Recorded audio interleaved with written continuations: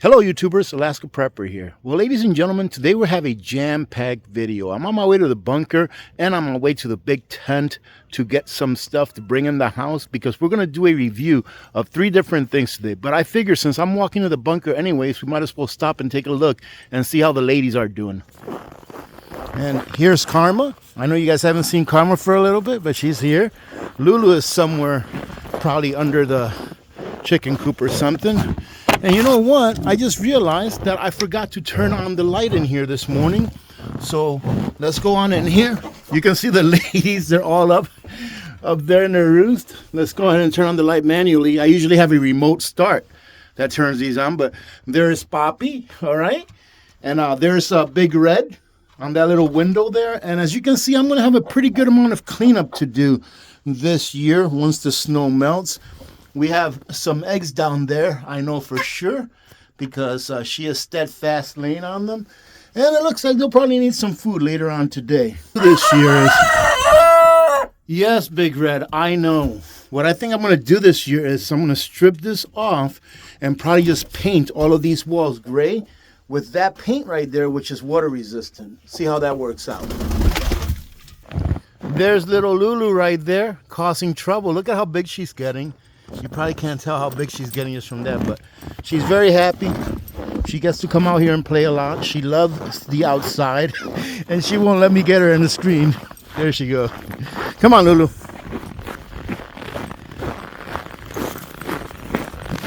Believe it or not, inside of this, there is a camping stove that is a 2-burner camping stove. It's kind of like the transformer of camping stoves. And what's his name?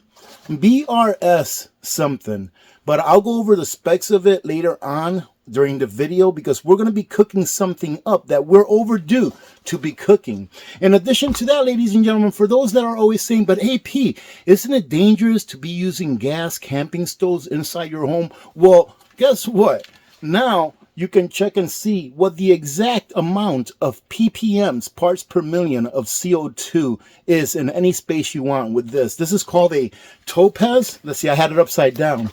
This is called a Topaz. It's like a little meter that measures, I call them sniffers, but this one particularly measures the exact amount of parts per million of CO2 in the air. That way, if you go camping, if you're having to use a gas stove inside your home, you can tell exactly to the ppm, parts per million, how much CO2 there is in your home.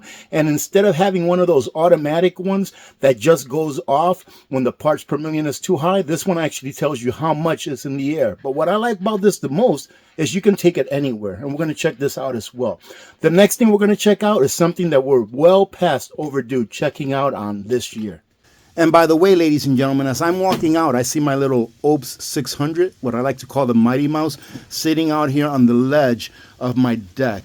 Now, this small OUPES is a special one that they sent me earlier this winter, or really right before the winter started, kind of. And I've been keeping it outside all winter long to see how the battery would react to spending an entire winter outside. Now, right now, it's about 20-something degrees outside. And you can see that so far, we've used about 94-95% of the battery in this throughout the winter during my little camping experiments that I've had this year. But it still turns on. It's been out here all the way to -45. What I'm doing is I'm waiting for the temperature to be above 32 degrees, above freezing, to see if this will take a charge. Because it does have a built-in BMS, battery management system, that will not allow you to charge it if the temperature is too low in order to protect the batteries. So once the weather breaks and it's above 32 degrees, above freezing on a constant basis, we will see if this will take a charge from the sun and see if we can use it throughout the summer just for everyday stuff. What I wanted to do here, ladies and gentlemen, is to show you that if you do build like a Faraday cage outside where you have temperatures that are really low, that this thing will survive an EMP or a coronal mass ejection if you have it outside during these crazy temperatures. And we'll find that out here in about a month or so. That's the life of a prepper that likes to do experiments, as I have stuff like this laying all over the place. So a little over 2 years ago, I ordered a couple of cases of nutrient survival freeze-dried foods, and I put them inside of that that tent. And the intent was, and still is, to see if that food will survive years under extreme weather conditions, i.e. it got all the way to negative 45 degrees here this winter. And during the summer months when we have sun for most of the day, it doesn't get very hot as far as the ambient temperature goes. But when the sun beams down on this tent, it gets like up to 100 degrees in there at times. So that food has been sitting there for a little over 2 years, going from negative 45 in the winter, up and down, all the way up to about 100 degrees in the summer, up and down, up and down. Now, if you remember last year, well, not last year, in 2022, I believe it was around November or October, I did a video of the first year where I used some freeze-dried powdered vitamin eggs, and they were just fine. And guess what? I have some of those vitamin eggs left over. They're almost done, but I have some of them left over that we're going to go ahead and try today. But we're also going to go in there and grab ourselves a number 10 can. I'm thinking homestyle scramble, since it's still breakfast, to open it up and see how it's doing after a little over 2 years of sitting in a hot tent during the summer and a cold tent during the winter. And here we are, ladies and gentlemen. We're right here. This is our box that I put, and I did a video on this too. I'll try to find it and link it so that you can go check out the first one that I did on this.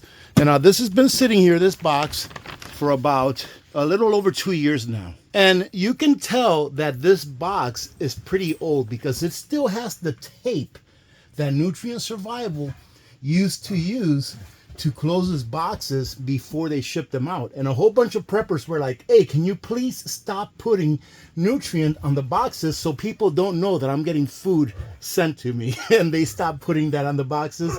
If you buy some of this now, you'll notice that there's no tape identifying what's inside of it now. All right, so here's the box. And as you can see, there's some missing off of it because I used some last year. And oh, this is a couple of them. Check this out. This is hearty lasagna. And look at this, ladies and gentlemen. Check it out. There's a little bit of rust on here. So that's something that I'm going to have to address later on this year. There's a little bit of rust on there. Now let's see what else we have here. We have Southwestern Medley. And it seems that the areas that are actually covered with the paper, they look like they're doing okay. All right, that's Southwestern Medley. This is one of my favorites, the Triple Mac. Right there. This one seems like it's doing well. The bottom looks pretty good, no rust or anything. And this is the one we're going to take out today, Homestyle Scramble, because it's still early in the morning and we're going to use it for breakfast. So there's, what's this? This is another Homestyle Scramble. We'll grab this. And down here, let's go ahead and move some of these down here. Let's see what else is down here. Oh, this is going to be exciting when I do this. This is another vitamin eggs. All right, and like I said, this is a couple years old. I'll show you the date on the Homestyle Scramble when we get inside. That way you can see what the date on it is. But another Southwestern Medley. So we still have we still have another 8 years worth of experiment here, ladies and gentlemen. And I am going to go ahead and follow through with that if I'm still doing videos in 8 years. And look at that. It's a little chillier than I thought. I thought it was around 20 degrees. It's about 10 degrees outside right now. So let me balance all of this stuff in my arms and let's head on in. All right, ladies and gentlemen. So the first thing that we're going to start with, because I'm going to be using it throughout our experiment with the stove, is the top test meter. This is a carbon monoxide detector, and it will tell you down to the ppm how much carbon monoxide there is in the air wherever you are. And if you're out camping, let's say, you can bring it with you and it'll let you know what the ppms of carbon monoxide are while you're inside of your tent. Here's a screenshot of the ppms and how they affect your body. That way you know where you want it to stop. Now, before we go and test this, I'm going to test it on my range to see how many ppms of carbon monoxide it picks up. I want to show you a cool little function that this has. This has a whole bunch of functions, so you're going to have to take a look at the owner's manual when you get it, but my favorite is this right here. Let's turn it on. And by the way, ladies and gentlemen, everything that I'm featuring on this video, people always ask me, so I'll leave the links on a pinned comment, all right, so you can find it easily. So as you can see, our top test is on. Now, if you want, you can set an alarm at whatever ppm level you want. So if you notice on that ppm chart, it said that 35 could start affecting you after so many hours or so, which was, I think, like 8 hours. Well, if you want to set this to alert you if the ppms in the room are at 35 or above, or at 15 or above, or at any level, it's very easy to set. You just hit the set button, and then it's going to see AL1. And if you want to lower that ppm, all you have to do is hit this button down here, and you can lower it so that it'll give you an audible alarm of when it's reached that ppm. So let's go ahead and put it like on 15 to see how well it works, because we're going to be holding this right above my burner on my stove. So once you have it at whatever you want, you can bring it up or down. You can go ahead and hit enter, and now it's saved. So as soon as our ppms get up to 15, this should go off with an alarm. I want to go ahead and turn on the biggest burner on my stove. We're going to put it about halfway, and I'm going to hold it up here. Let's just see if this picks anything up. There you go. Can you see that? It's above 15 and our alarm is going off. So this works the way it's intended. Alright, I think the alarm only lasts like 10 seconds, but you can see that it worked the way that it was intended to work. Now what I'm going to do is I'm just going to set this to the side over here and leave it close to the stove when we're reviewing it to see if it changes at all. To see if this little stove inside a house will actually bring up the level of carbon monoxide within the house. Now you can see that is at 0 right now in the house with just regular living, right? So there's no carbon monoxide in here. It should be easy for it to detect any change. Let's take a look at the set again. We're going to leave it on 15. Let's see where it's at. So it's still at 15. We'll hit enter. That way it stays on 15, and we will leave it on. Now, one other thing about this is that I like that it uses batteries, right? It has a small screw right here that you just take out with a small screwdriver. It comes with 3 Duracell AAA batteries that you insert, put the cover back on, and you're good to go. And as you can see that it comes in 2 different colors. I kind of like them both, and the price is really not bad. It's like less than 40 bucks for one of these. If I have a code for you to save a few percentage points off, I'll go ahead and leave it on a pinned comment as well. Now let's take a look at our stove. Now, ladies and gentlemen, this is the BRS. I think there's a number associated with this after this. I think it's BRS 32, but don't quote me on that. Anyways, this is what I would like to call like the transformer of camping stoves, because check this out. It's actually pretty cool. And the price on it is not bad at all. That's one of the reasons why I made it on this prepping on the cheap video, because for the size and for how compact it is, this is a very well priced stove. And I believe it was like $60-something, right? Yes, you can get stoves that are less expensive than this, but I don't believe this compact for everything that you get here for about $50-60. And we're going to see how it works. As far as the BTU on this, not too bad for a compact stove like this.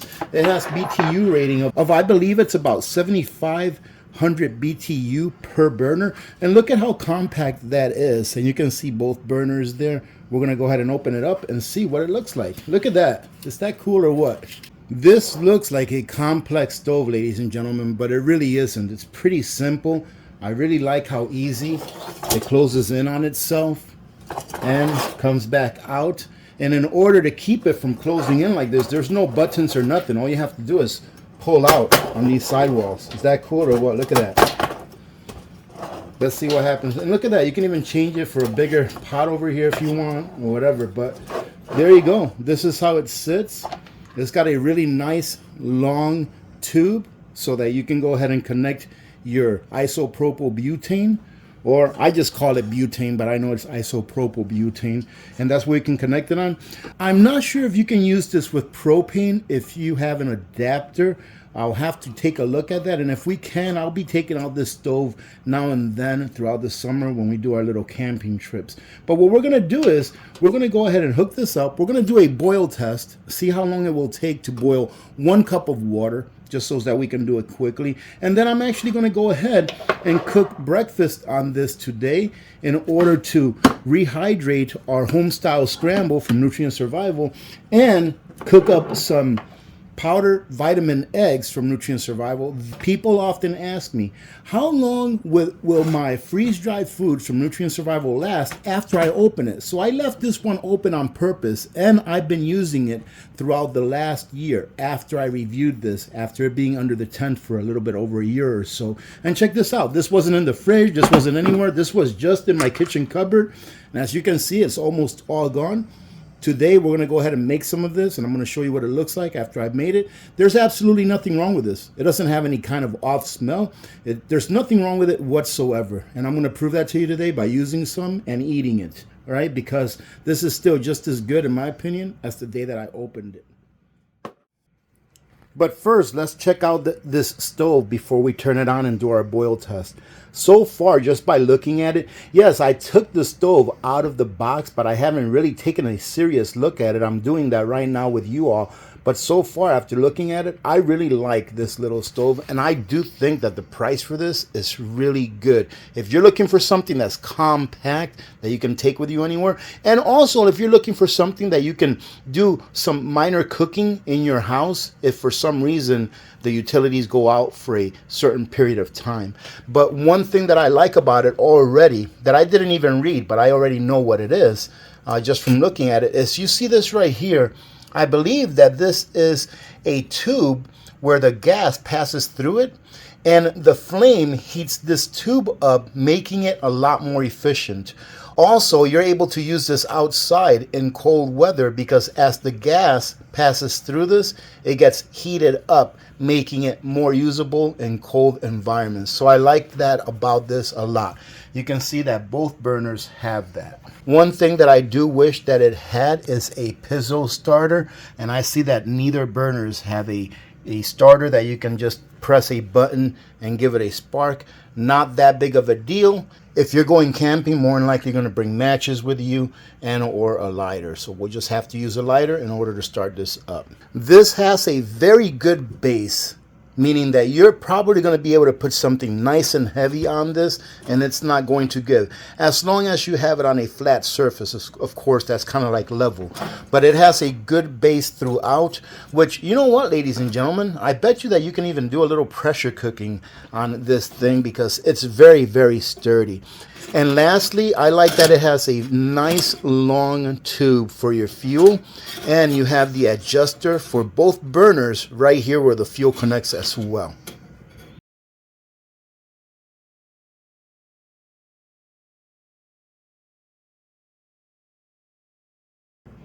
All right, ladies and gentlemen, now that we have it all set up, we're going to go ahead and start each burner just to make sure that they work. And check this out. This top test, it turns off after about 5 minutes or so. So let's go ahead and turn it back on. Now that it's on, we're going to make sure that it's still set at 15 ppm. And there it is. It's still set at 15 ppm. So let's just go enter. And we're just going to put it right here to see if the 15 ppm will even make it over there. Let me see. Can you see? Let me bring it over here so you can see it. There you go. You can see it right there. So if it changes, we'll be able to see it. I got my lighter here. Let's go ahead and turn on our first burner. Sounds like this one right here.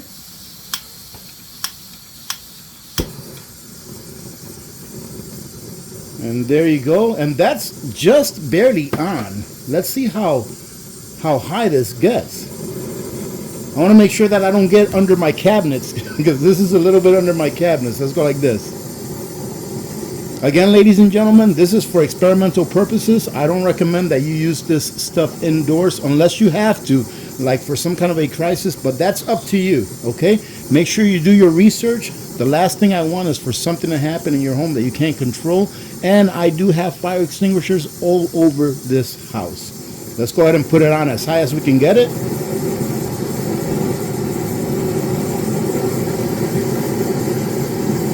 Let me turn off the light so you can see what it looks like with the light off.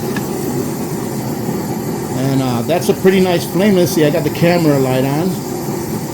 That there, ladies and gentlemen, is about 7,500 BTU. Let's turn on the second burner and make sure that it works. And as you can see,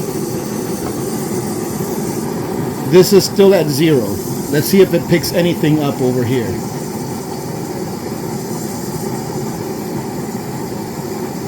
That's telling me that it's not picking up any ppms of carbon monoxide, that this is a pretty efficient stove. Let's go ahead and turn it off.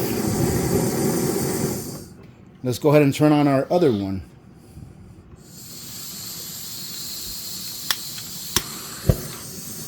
There's our other one. I'm not going to put this one on high because it's right under our cabinets. But there you go. That one works just as well. Let me go ahead and bring it over here so I can put it on high for you.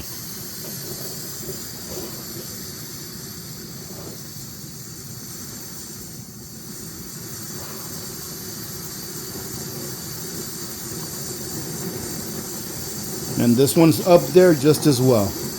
All right, ladies and gentlemen, so far so good. It's got a nice blue flame, which means that it's a very efficient stove. And I'm not sure if you can see our top test back here, but it's still at 0, and we're using this indoors. Okay, I'm trying to allow those of you that in the past have been afraid of using like butane or propane indoors, understand that it's not that big of a deal as far as I'm concerned.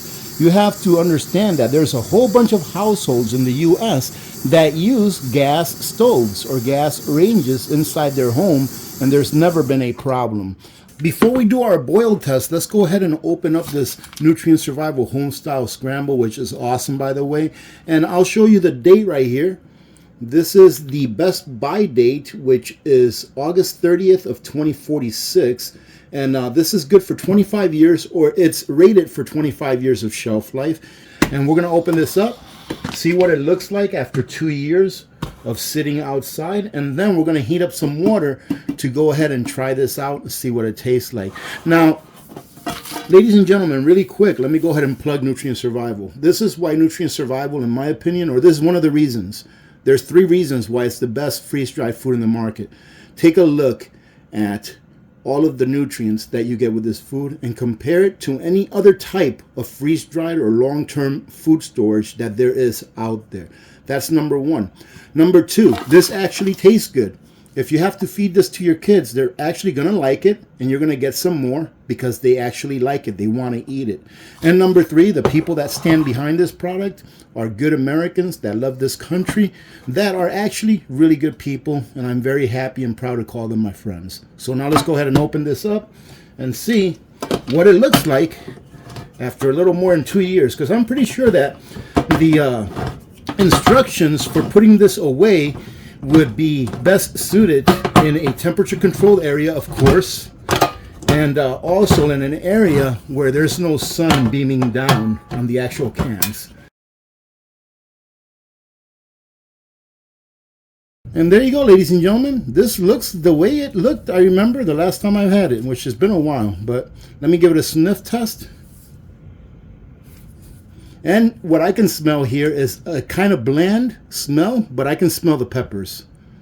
So this is what it looks like. This has eggs, this has potatoes, peppers, a whole bunch of ingredients.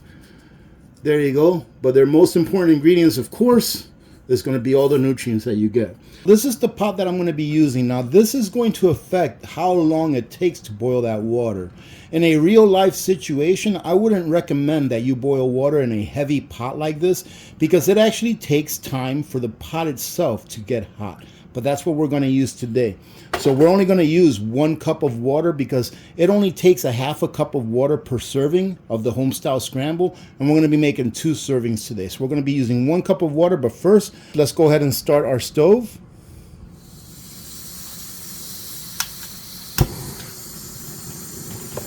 Let's put our pot on there before we put it on high. That's 1 cup of water. And now we're going to put it on high.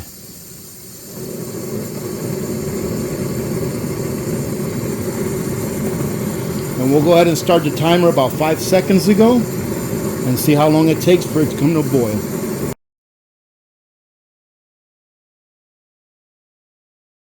All right, I'm going to go ahead and call that a boil. That was about 1 minute and 38 or 40 seconds. So we'll call it about 1 minute and 40 seconds for this to come up to a boil. Not too bad, especially like I said, since this is a pretty heavy pot. Let's put this to the side and we're going to go ahead and grab ourselves a cup or a couple cups of home-style scramble. And ladies and gentlemen, check it out. We have a 0.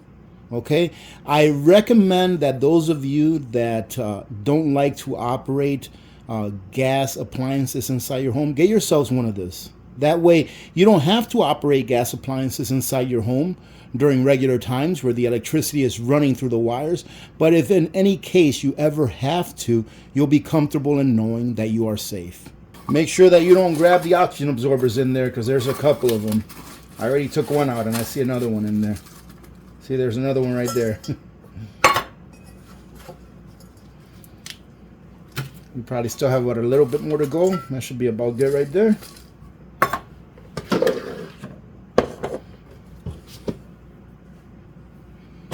Now we'll grab our cup of water. And I've always thought that the Homestyle Scramble asks for a little more water than what it really needs. But we'll put our whole cup in there. I think using the entire cup in there makes it come out a little bit mushy. So I usually put a little bit less, and I will in this case as well. We're just going to go ahead and put our water in there. They recommend to stir it, but I found that when we use this little positive pressure container, that it does just as good a job getting it rehydrated all over. So we're going to go ahead and set this aside for about 5 or so minutes. And people always ask me, AP, how long can I leave this open like this? Or how long do I have to use it before it's not recommended anymore? All I can tell you is what I've done. And as I showed you already, the eggs have been just fine, and I've had them open for, about 1.5 years now, actually open unsealed. So now we're going to go ahead and grab some of these eggs. We're going to rehydrate them and get them ready to cook on our BRS stove as well. But if you're very concerned that you're not going to use this for a really long time once you've already opened it and tried it, because I recommend that you try any kind of food that you get for long-term storage for crises, that you always try it to make sure that you and your family both like it. If you're worried about it, you can dry can it. Put it in a jar, put a couple of oxygen absorbers in there, and go ahead and vacuum seal the jar, and it'll be just as good as it came in its original container to put away for long term. Now these eggs, as you can see, were processed around the same time that the Homestyle Scramble was processed. You can see that they're good all the way through 2046, September 13th. And one serving size of these eggs is a 1/4 cup, so we're going to put a couple in here, a couple of 1/4 cups, so a 1/2 cup in there. Now for those of you that don't know, Nutrient Survival also makes vitamin butter, which is really good. The only thing that I don't recommend their vitamin butter for is for frying stuff, because it doesn't matter what kind of powdered butter you buy, no matter from who it is, it's not going to melt well. But for baking it and for mixing it in with powdered eggs, like I'm going to do with this, it works really well. And you can also cold spread it like on bread or a muffin or stuff like that. So these are actually little sample packets that they sent me a long time ago when they were first coming up with this powdered butter, and I like using it with the eggs and then mixing it all together. So now what I'll do is I'll let this sit here for about 5-6 minutes, and then we'll put it on the pot or on the pan, fry it up, and enjoy with our Homestyle Scramble.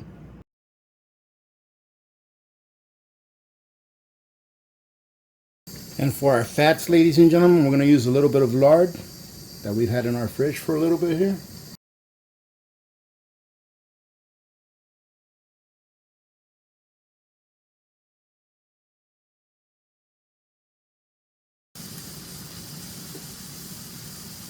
I'm not sure if you noticed that, but it got all the way up to 13. Look at that, 14 right now, and we're at 15. So it's going off. So you can see it's creating a little carbon monoxide in here. Let's see if this stays steady at a certain number. Sorry about the beeping. So it's staying below 30. Well, let's take it away and see if it goes down.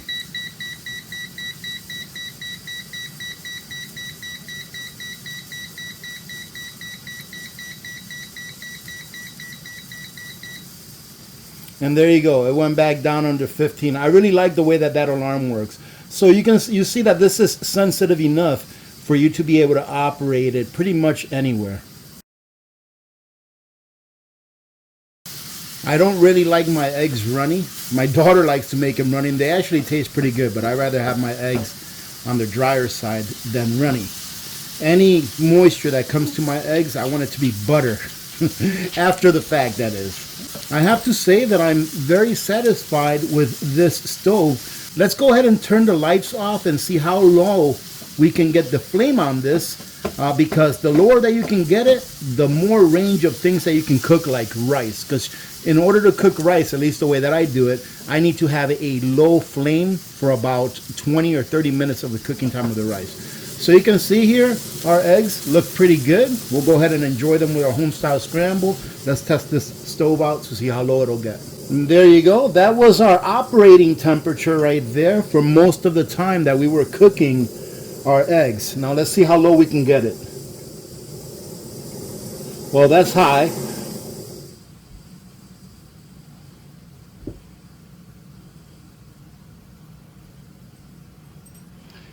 That, ladies and gentlemen, is where I would set it in order to cook rice for the most part of the cooking the rice after it comes to a boil. However, I think it can go even lower, which is great. Let's see how low we can get it.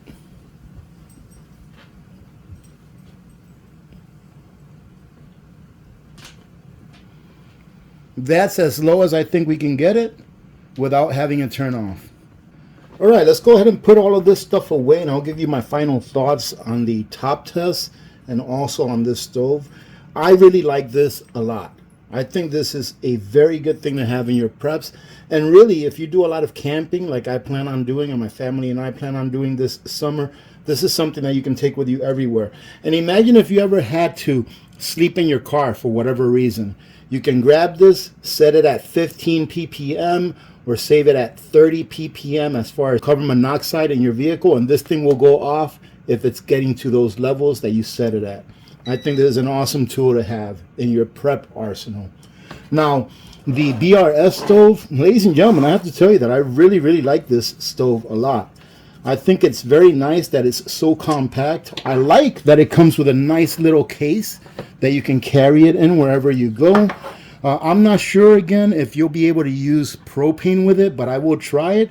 And if it does work with propane, I'll go ahead and feature it on one of my upcoming videos.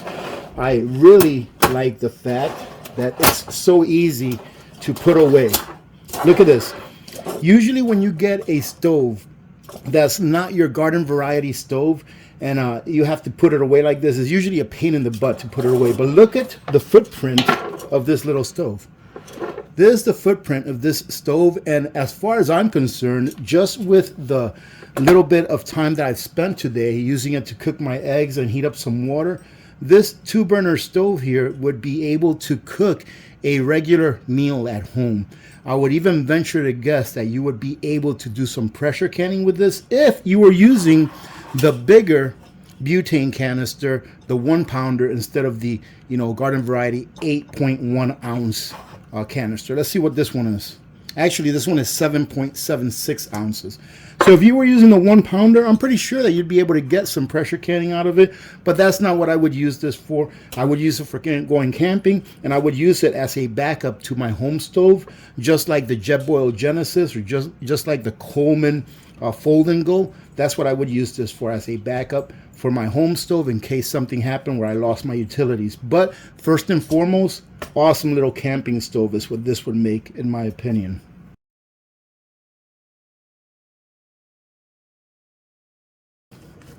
Something that I've done in the past is I've taken some of this and I've fried it like over ghee and made it nice and crispy, kind of like home fries that you get at a restaurant. But this also has some cheddar cheese in it too, so it comes out really nice because the cheese kind of like caramelized. So if you're looking for your grandmother's cooking, you're not going to find it, I'm sorry, in any kind of survival food. But this food, I can tell you, tastes great. It's full of nutrients and it lasts a very long time, just like they told you. Let me give this a try, see what it tastes like. I can sit here and do jumping jacks and do whatever kind of gymnastics feat I want to do to tell you how good a food this really is, but you won't know. If you're in the market for some nutrient survival, give them a try. They sell a little starter pack that's like a 5-pack or whatever. Give that a try and see what you like the best, because this food is outstanding. After 2 years in inclement weather, negative 45 degrees all the way up to 100 degrees under that tent, and those eggs that I left out without repackaging them after I opened them about 1.5 years ago are still good to go. That's what you want in long-term food storage. Food that you know that, number one, is good for you, tastes good, but that is going to be there for you when you need it. Now, look at who showed up as soon as I said, let's give it a try. And don't take my word for it, ladies and gentlemen. Let's see if Lulu likes it. That's going to do it for today's video, ladies and gentlemen. We'll see you on the next one. God bless every one of you. Thank you very much for your support. If you're still here, you're awesome. God bless America. I'm Alaska Prepper. I'm out.